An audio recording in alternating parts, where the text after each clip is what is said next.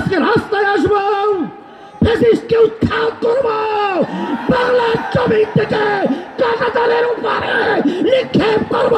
হয়েছে তাই, বাংলাদেশ মুক্ত হয়েছে। সেই হিসাবে